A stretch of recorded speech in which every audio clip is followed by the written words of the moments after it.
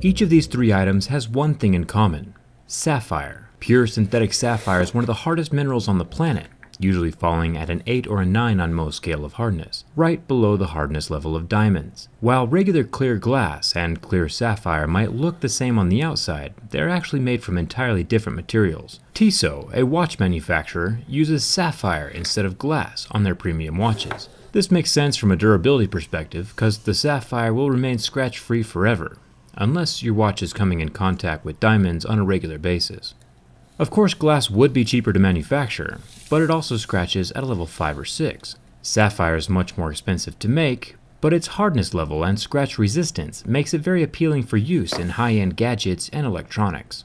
HTC recently released a special deluxe sapphire version of their HTC U Ultra, with a sapphire crystal display. This sapphire version of the Ultra is being slowly rolled out to multiple countries at the moment, and somehow D-Brand managed to score me one of the early ones for my tests.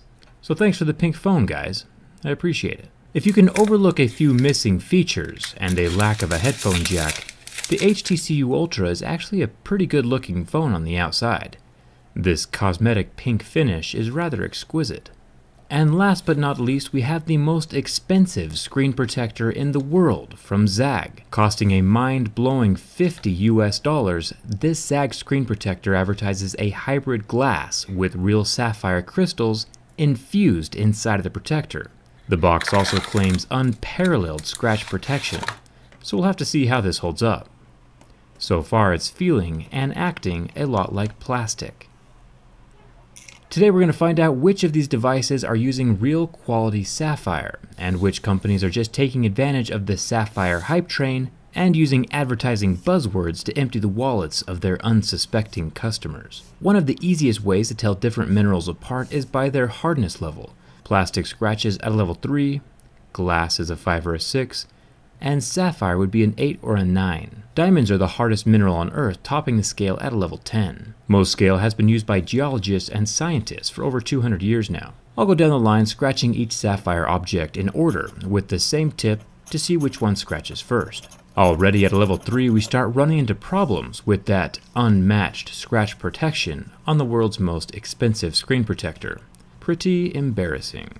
It is very heavily scratched at a level 3, just like we would see on any other plastic screen or plastic screen protector.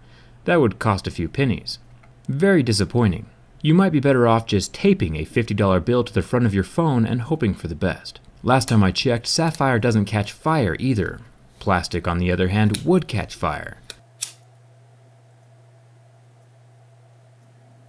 Not sure why this protector is marketed as a hybrid glass material when it's clearly neither glass nor sapphire. Now you might be thinking to yourself, hey Jerry, isn't false advertising illegal? But before we grab the pitchforks though, I did do an elemental analysis of this screen protector, and I did find trace amounts of aluminum oxide inside of the plastic. So technically, Zag isn't lying about the elemental makeup of the protector. They did toss some aluminum dust into the mix. But it's still pretty darn sketchy advertising in my opinion, and this melted glob of plastic definitely does not live up to the hype on the box. So don't buy this. The levels 2 and 3 pick did absolutely nothing to the HTC U Ultra nor the Tissot watch. No surprises there. Now levels 4 and 5 picks are still relatively soft metals. These are where most razor blades, keys, and coins would fall, like nickel is a level 4, and steel is a 4.5. And still the phone and the watch are unscathed. Normal glass won't start to scratch until level 5 or 6, and if you've watched any of my other videos, the majority of tempered glass smartphones these days will scratch at a 6. I did run into a problem a few months ago with the impure sapphire that Apple is using on their camera lenses. This also scratched at a level 6. I made a whole video on that subject, which I'll link in the video description. Either way, levels 6 and 7 are where things usually start to get interesting. I honestly had zero expectations for this HTC Ultra. It's incredibly hard to make pure sapphire. Sapphire is actually grown inside of large furnaces, and because of its hardness level and brittleness, the shaping process is very difficult, especially when creating larger objects like phone displays. The company that was contracted to make the sapphire displays for Apple's old iPhone 6 actually went bankrupt trying, so it's impressive that HTC has gotten this far. And we can see here that the levels 6 and 7 picks did absolutely nothing to the display of the HTC U Ultra Sapphire Edition. Only when we started scratching with the levels 8 and 9 is where we start to see some damage. Both the Sapphire Ultra and the Tissot watch face have started to scratch. It does look like HTC was true to their marketing though, and they use solid quality sapphire. I am very impressed. The sapphire crystal screen of the HTC U Ultra is the most scratch-resistant smartphone screen I have ever tested.